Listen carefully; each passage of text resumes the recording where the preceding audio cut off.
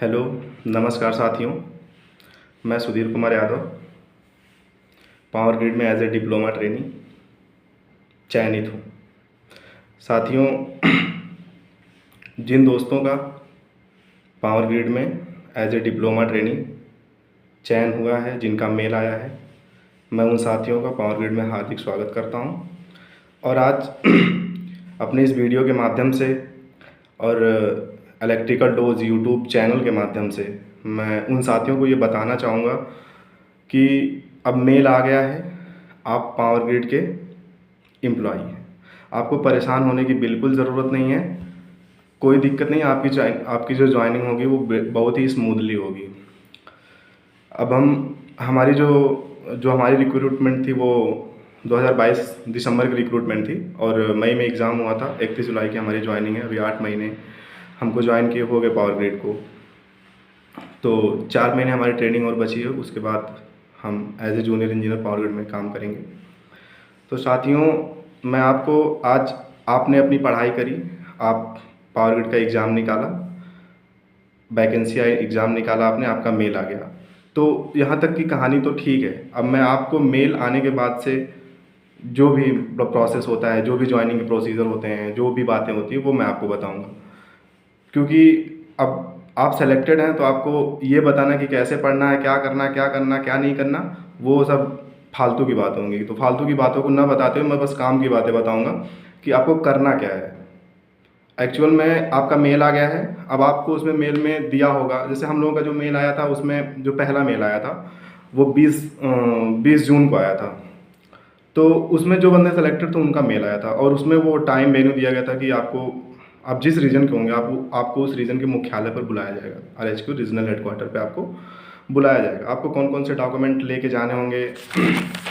तो साथियों, मैं अभी तो मुझे पूरा याद नहीं था, बट मैंने डॉक्यूमेंट्स, जो इम्पोर्टेंट डॉक्यूमेंट्स हैं उनको मैंने अपने कॉपी पर लिख लिया है। और अब मैं आपको बताऊंगा कि जैसे आपको जो ये आपको मेल आया है, आप उस मेल की एक कॉपी निकाल लीजिएगा, क्योंकि वो कॉपी आपको लेके जाना पड़ेगा वहाँ पे। और उसके बाद रिज्यूमे जो आप फॉर्म भरते हैं उसका अगर आपको नहीं मिला तो पावर ग्रिड की ऑफिशियल वेबसाइट पे होगा और वो कैंडिडेट लॉगिन करके आपको मिल जाएगा। उसके बाद मेडिकल एग्जामिनेशन के लिए जब हालांकि हम लोगों का क्या होता है, DB के दूसरे दिन मेडिकल हुआ था, तो जो मेडिकल का जो फॉर्म होता है वो ज़्यादातर लड़के इसी के लिए परेशान थे। मैं भी उसी के लिए परेशान था, क्योंकि मेडिकल का फॉर्म मतलब ऐसे मिल नहीं रहा था हर जगह। तो बहुत से लोग तो उनको पावर ग्रिड की ऑफिशियल वेबसाइट पे मिल जाता है और बहुत से दोस्त हैं जिनको नहीं मिलता है। तो मैं उनकी बात करूंगा जिनको नहीं मिल रहा है। तो आपको परेशान नहीं होना है, आप वहाँ जाएंगे RHQ में तो वो आपको दे देंगे। आप वो मेडिकल एग्जामिनेशन फॉर्म होगा, आप उसको भरिएगा आपका। और जब मेडिकल होगा जिस दिन आपको वो फॉर्म आपको लेके जाना होगा, तो अभी मैं बताऊंगा मेडिकल में क्या क्या प्रोसीजर होते हैं। पहले तो आपको मैं ज्वाइनिंग के प्रोसीजर बता दे रहा हूँ कि जब आप वहाँ जाएंगे अपना DB के लिए, डॉक्यूमेंट वेरिफिकेशन के लिए, तो जो DB होगी उसमें आपके यही सब डॉक्यूमेंट, जैसे आपके हाई स्कूल के डॉक्यूमेंट्स हो गए। और आप अगर अभी तो मेरे टाइम क्या था कि 2015 में मेरा क्या था कि 1 साल तो ईयरली था, अभी क्या हो गया पूरी तरह से सेमेस्टर हो गया है। तो अगर ये सेमेस्टर हो गया है तो आपको सारे सेमेस्टर की first, second, third, fourth, fifth, six सारे सेमेस्टर की आपको मार्कशीट लेके जानी पड़ेगी। ऐसा नहीं है कि आपको केवल फाइनल ईयर की मार्कशीट लेके चले जाए तो उससे काम हो जाएगा, उससे काम बिल्कुल नहीं होने वाला है। आप सारे, उसमें लिखा होगा कि सारे सेमेस्टर या सारे ईयर की आपको मार्कशीट लेके जाना पड़ेगा। उसके बाद आपको डिप्लोमा का सर्टिफिकेट चाहिए, 10th का सर्टिफिकेट चाहिए। अगर आपके पास 12th का सर्टिफिकेट है तो ठीक है, अन्यथा कोई दिक्कत नहीं है, क्योंकि डिप्लोमा आप 10th के बाद कर सकते हो तो कोई दिक्कत नहीं, आराम से आप 10th का भी ले जाके काम कर सकते हैं। हाँ, अगर आप रिज्यूमे में डाले हों कि 12th का भी है तो आप 12th का भी लेके जा सकते हैं, ठीक है। उसके बाद आपका डिसेबिलिटी का होता है, आप कास्ट सर्टिफिकेट होगा। कास्ट सर्टिफिकेट उसमें सेंट्रल का, जब आप फॉर्म भरते हो तो उसमें सेंट्रल का कास्ट सर्टिफिकेट डाले होंगे, तो कास्ट सर्टिफिकेट आपको सेंट्रल का ही लेके जाना पड़ेगा। और कभी कभी क्या होता है कि कहीं कहीं पे ऐसे हर जगह दिक्कत होती है। मेरे यहाँ क्या था कि मैं WR2 में सेलेक्टेड हूँ, तो मेरे यहाँ क्या था कि मैं कास्ट सर्टिफिकेट अपना सेंट्रल का लेके गया था, लेकिन वहाँ पे कुछ बच्चों का था कि वो अपना पावर ग्रिड का अपना एक प्रोफार्मा होता है, पावर ग्रिड का अपना एक प्रोफार्मा होता है, उसमें बोलते हैं कि आप हमारे प्रोफार्मे पे, मतलब जो SDM होते हैं, DM होते हैं, तहसीलदार वगैरह से आप साइन करवा के लाइए, उसका वो कास्ट सर्टिफिकेट चाहिए। और कुछ जगह ऐसे होता है, मेरे केस में तो ऐसे मान गए थे, वो कास्ट सर्टिफिकेट था तो कोई दिक्कत नहीं हुई थी। अब आपका अगर डॉक्यूमेंट वेरिफिकेशन हो जाता है स्मूथली, आपका हो जाएगा, कोई दिक्कत नहीं है, आपको परेशान होने की ज़रूरत नहीं है। अगर आपका डॉक्यूमेंट वेरिफिकेशन स्मूथली हो गया, अब आपको क्या करना है वो आपको बताएंगे। अब जैसे किसी किसी रीजन में क्या क्या होता है कि लड़के ज़्यादा होते हैं, तो वो क्या करते हैं कि डॉक्यूमेंट वेरिफिकेशन के दूसरे दिन मेडिकल वो टेस्ट करवाते हैं। हमारे यहाँ यही हुआ था, क्योंकि मेरे यहाँ टोटल 55 सीटें थी, तो दूसरे दिन मेडिकल होता, क्योंकि डॉक्यूमेंट वेरिफिकेशन करते करते ही पूरा पूरा दिन बीत गया था, पूरा शाम हो गया था, तो हम लोग को छोड़ दिए थे। बाकी वो आपको देते हैं स्टूल टेस्ट के लिए, वो देते हैं, तो आपको लेके जाना होता, जो भी वो बताएंगे आपको लेके जाना होगा। और इनका क्या होता है कि वो जो पावर ग्रिड जो होता है, वो जो मेडिकल जहाँ पे करवाता है उनका इम्पैनल्ड हॉस्पिटल होता है। ऐसे नहीं कि आप किसी भी हॉस्पिटल से जाके मेडिकल बनवा लो और किसी भी हॉस्पिटल में चले जाओ, कहीं से भी मेडिकल उनको जमा कर दो, ऐसा नहीं होता। पावर ग्रिड आप टीवी करवाएंगे, वो आपको इम्पैनल्ड हॉस्पिटल, अपना इम्पैनल्ड हॉस्पिटल बताएगा। आप उस हॉस्पिटल में जाएंगे, तो आप जिस दिन आप ज्वाइनिंग के लिए जाएंगे, आपको उसी दिन से as a power grid employee treat किया जाएगा। आप हॉस्पिटल में जाएंगे तो अब अभी आप किसी और हॉस्पिटल में अगर मेडिकल के लिए जाएँ, तो आपको ऐसे मतलब लाइन लगानी पड़ती, ये करना पड़ता, वो करना पड़ता। वहाँ पे आपको कुछ नहीं करना पड़ता, आप अपने ग्रुप में जाइए और वहाँ पे बताइए कि हम लोग मेडिकल के लिए आए हैं, तो आप वहाँ पे आपका मेडिकल होगा। तो मेडिकल के लिए क्या होता है कि थोड़ी मतलब जैसे मैं मेडिकल के बारे में बताऊँ क्या क्या टेस्ट करते हैं ये। तो मेडिकल में आपका क्या होता है कि पहले तो ये आपका आई टेस्ट करते हैं। आई टेस्ट में आपका आई जो है, कलर विजन नहीं होना चाहिए। अगर आपको कलर विजन नहीं है तो फिर कोई दिक्कत नहीं है। आपका टीथ भी टेस्ट करते हैं। उसके बाद आपका वो लंग्स का जो होता है उसका एक्सरे करते हैं। उसके बाद आपका स्टूल टेस्ट करते हैं, और वो टॉयलेट की भी जांच होती है। उसके बाद आपका हार्ट का ईसीजी करते हैं। सबसे बड़ी बात कि हार्ट का ईसीजी करते हैं वो। तो बिल्कुल ये पॉइंट है कि आपको घबराने की बिल्कुल ज़रूरत नहीं है, आप आराम से, क्योंकि जब आपका ईसीजी होगा, तो ईसीजी के टाइम अगर आपको घबराहट है, आपको दिक्कत है, तो फिर वो दिक्कत करेगा, क्योंकि उसमें फिर दिक्कत होगी तो आप परेशान हो जाएंगे। इसलिए आप घबराएंगे नहीं, आप नॉर्मल रहेंगे। वैसे वो डॉक्टर कोऑपरेट करते हैं, कोई दिक्कत नहीं होती, आराम से आप अपना मेडिकल करवाइए। मेडिकल करवाने के बाद दोस्तों अब आपको हम लोग के टाइम क्या हुआ था कि मेडिकल होने के बाद हम लोगों का एक मेल आया, लगभग 8 से 10 दिन बाद एक मेल आया कि आप मेडिकली फ़िट हैं। जब आप मेडिकली फ़िट हो जाएंगे, तो फिर से आपको वो दूसरा मेल आएगा। तो आप उस मेल में क्या करेंगे, मेल में वो आपको बताएगा कि अब आपको क्या क्या लेके जाना है, क्या क्या डॉक्यूमेंट सबमिट करने हैं।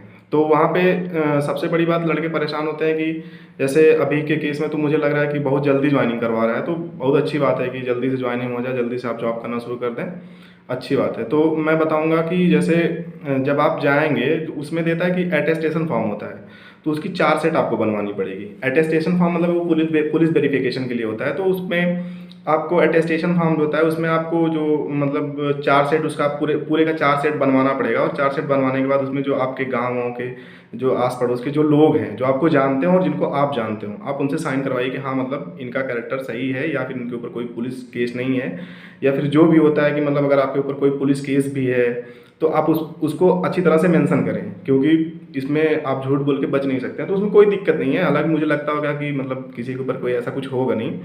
अब उसके बाद आता है कि इसका 4 सेट आपको लेके जाना होगा, 4 सेट वहाँ पे जमा होगा और साइन वाइन करवा के घर से ही लेके जाना होगा। और दूसरा होता है कि आपका कैरेक्टर सर्टिफिकेट। कैरेक्टर सर्टिफिकेट इसमें 2 कैरेक्टर सर्टिफिकेट चाहिए होते हैं। पहला कैरेक्टर सर्टिफिकेट, ऐसा नहीं कि 2 कैरेक्टर सर्टिफिकेट आप एक ही गैजेटेड ऑफिसर से बनवा लें, ऐसा नहीं है। आपको कैरेक्टर सर्टिफिकेट जो होगा वो 2 चाहिए होगा, और दोनों अलग अलग गैजेटेड ऑफिसर से चाहिए होगा।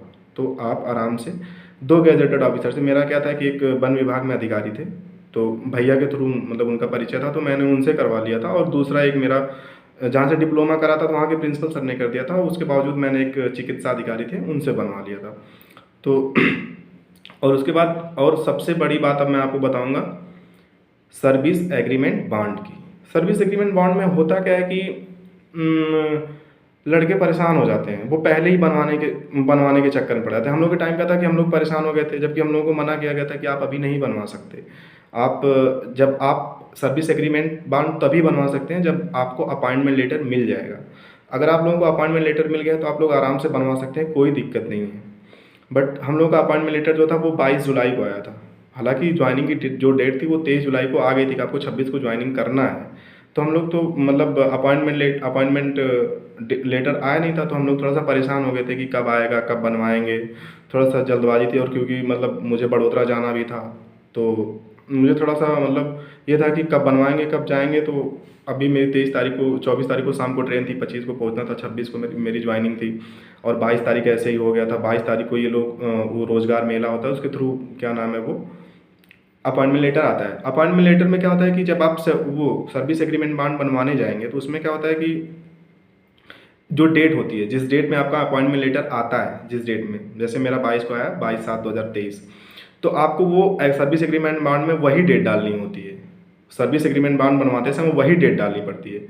और ये और उसमें जो होता है वो लिखा रहता है कि मतलब क्या, जैसे एक होता है, एक लिखा रहता है, जैसे मेरा WR2 था तो मेरा लिखा था WR2/HR/IE/रिक्रूटमेंट/DT 2023 वो नंबर लिखा हुआ था। तो जो वो नंबर लिखा था वही नंबर लिखना होता है, आपको पूरा नहीं भरना होता, बस आपको वो नंबर लिखना होता है जो नंबर वहाँ पे लिखा होता है। और वो डेट वो डालनी होती है जिस डेट में आपका अपॉइंटमेंट लेटर आया होता है। तो सर्विस एग्रीमेंट बॉन्ड बनवाते समय विशेष ध्यान रखें, क्योंकि आप जब गलत होगा, दिक्कत होगी, तो वो आपको वहाँ पे परेशान होना पड़ेगा थोड़ा सा। हालांकि अब ऐसा नहीं है कि आपको भगा देंगे या आपको टाइम नहीं देंगे, ऐसा कुछ नहीं है, बट थोड़ा सा अगर पहली बार में हो जाता है, कंफर्टेबली हो जाता है, तो थोड़ा सा खुशी होती है, अच्छा लगता है। परेशान होने में थोड़ा सा मतलब डर बना रहता है बच्चों को, तो मतलब दोस्तों डरने की बिल्कुल ज़रूरत नहीं है। बस सर्विस एग्रीमेंट बॉन्ड में कहीं कट पिट नहीं करना है आपको। आप एक दो चार कापी पहले, एक दो कापी निकलवा करके आप पहले भर लीजिए, एक बारी भरने के बाद आप देख लीजिए सही भर रहे हैं कि नहीं, फिर दोबारा से भरिए। हालांकि जब गलत होगा तो रफ कापी पे गलत होगा, तो आप जब फाइनली जब आप भरेंगे तो आप आराम से उसको भर लेंगे। और जो सर्विस एग्रीमेंट बॉन्ड ये लोग देते हैं, तो उसमें सर्विस एग्रीमेंट बॉन्ड की जो पहली कॉपी होती है, आप उसको जाएंगे साइबर पे, जो निकालते हैं वो 10 रुपये का जो नोट वाला वो होता है, उस पर उसको क्या बोलते हैं, नोटरी वगैरह बोलते हैं, तो उस पर लिखते हैं, वो कंप्यूटराइज लिखना होता है। ऐसा नहीं कि आप जो डेट है अपॉइंटमेंट लेटर में जो डेट है उसको आप पेन से लिख दें। ऐसा नहीं है कि जो वो नंबर दिया हुआ है, जैसे WR2HR करके जो नंबर दिया हुआ है उसको आप पेन से, ऐसा नहीं, वो कंप्यूटराइज लिखना होता है। इसीलिए उसको आप तभी बनवा सकते हैं जब आपका अपॉइंटमेंट लेटर आ जाए।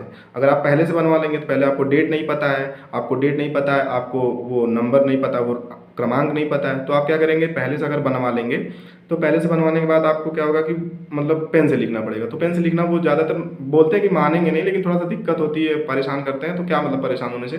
तो आप आराम से जाइए, उस कंप्यूटराइज उसको लिखवा लीजिए, सारा प्रोफार्मा पहला पेज होता है उसको आपको कंप्यूटराइज लिखना पड़ेगा। अब उसको लिखने के बाद आप आपका सर्विस एग्रीमेंट बॉन्ड बन गया, आपका ये सब सारे डॉक्यूमेंट वगैरह आपके तैयार हो गए।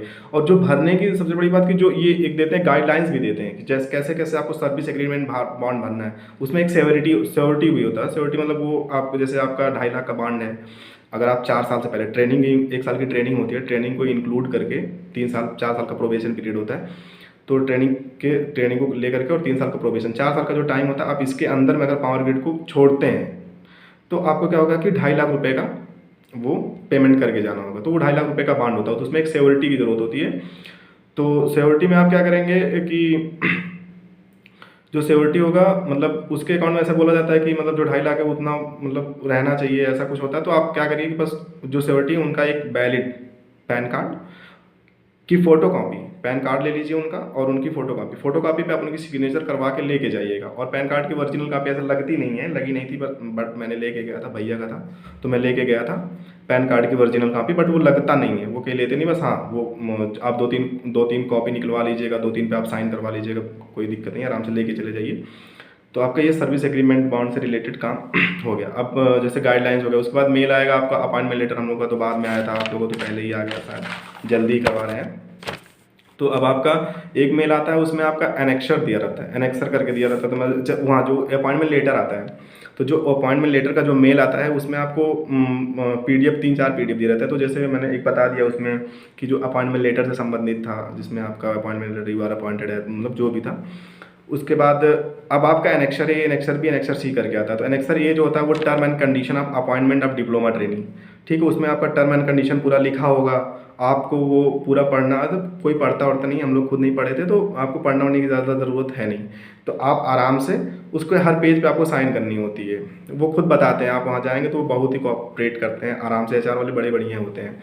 उसके बाद आपका एनेक्सर बी होता है। एनेक्सर बी में आपका कहता है लिस्ट ऑफ डॉक्यूमेंट, जो लिस्ट होती है, डॉक्यूमेंट की जो लिस्ट होती है, जो आपको सबमिट करनी होती है वहाँ पे जा करके, कि जो आपको लेके जाना होता है, उसकी लिस्ट वो लोग देते हैं कि आपको ये डॉक्यूमेंट आपको लेकर के आने हैं at the time of joining. तो उसमें आपका क्या था, एक आईडी प्रूफ था। पहला क्या था, आईडी प्रूफ था। आप आईडी प्रूफ ले करके जाओ, चाहे वो पैन कार्ड हो, आधार कार्ड हो। तो और दूसरा क्या है कि आपको पैन कार्ड भी लेके जाना होगा। क्यों? क्योंकि पैन कार्ड वो आपका लिंक करेंगे आपके अकाउंट से, आपका एक बैंक अकाउंट डिटेल भी लेके जानी होगी। ऐसा कि मतलब कि मुझे पता था कि जैसे लगता था कि वो वहाँ पे मतलब अकाउंट, बहुत लोग बताते थे कि वहाँ पे अकाउंट खोल भी देते हैं, बट वहाँ पे बोले कि मतलब ऐसा हम लोगों का कोई मतलब ऐसे टाई अप नहीं है किसी बैंक से, तो आप अपना कोई भी अकाउंट दीजिए। तो मैं दिया था। तो आप अपना बैंक अकाउंट डिटेल लेकर के जाइए, आपका पैन कार्ड लेके जाइए, आप अपना आधार कार्ड लेके जाइए। उसके बाद 10 पासपोर्ट साइज़ फ़ोटो हम लोगों ने मांगा था, वो लिखा होगा, आप लोग पढ़ लीजिएगा। 10 पासपोर्ट साइज़ फ़ोटो ले लीजिएगा। उसके बाद 4 सेट, मैंने बोला 4 सेट आपको अटेस्टेशन फॉर्म का लेके जाना होगा। हर पे आप जिनसे भी साइन करवाइए, उस पे 2 लोगों की साइन होती है, बड़े पापा की मेरी हुई थी, अंकल की हुई थी, तो आप उस पे साइन करवा के लेके जाइए। उसके बाद आपको 4 सेट अटेस्टेशन फॉर्म का हो गया, 2 कैरेक्टर सर्टिफिकेट हो गया, ये मैं आपको बता दिया, सर्विस एग्रीमेंट बॉन्ड हो गया, और सेवरिटी का वैलिड पैन कार्ड है वो आपको लेके जाना है।